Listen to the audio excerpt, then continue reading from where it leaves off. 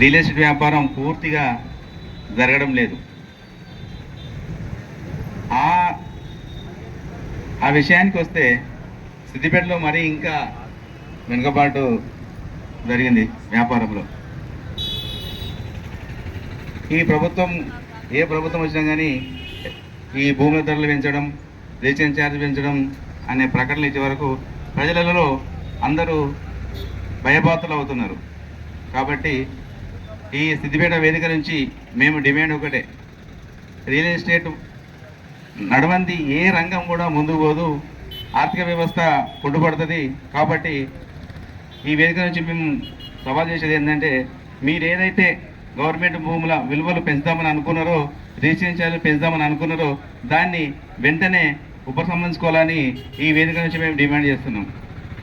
ఎందుకంటే ఇప్పటికే అన్ని విషయాల్లో రియల్ ఎస్టేట్ నడవంది ఏ రంగం కూడా నడవదు, అది అందరికీ తెలుసు.